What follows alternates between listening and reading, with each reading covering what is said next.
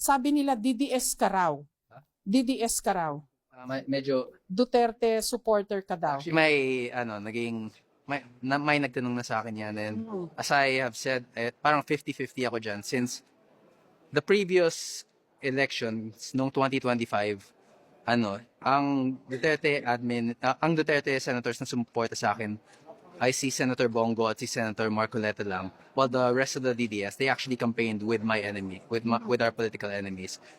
Kaya, like, there are some Duterte senators I support and some that I still am not too sure about. You were NUP, di ba? So Yes, you was were with the NUP. BBM Sara Duterte team, tama ba? Yes, but my father was Lenny. Pero umalis ka na ngayon. When you spoke out, umalis ka sa NUP, tama ba? Yes. Now, I left a few minutes. I left about an hour or two before I spoke out.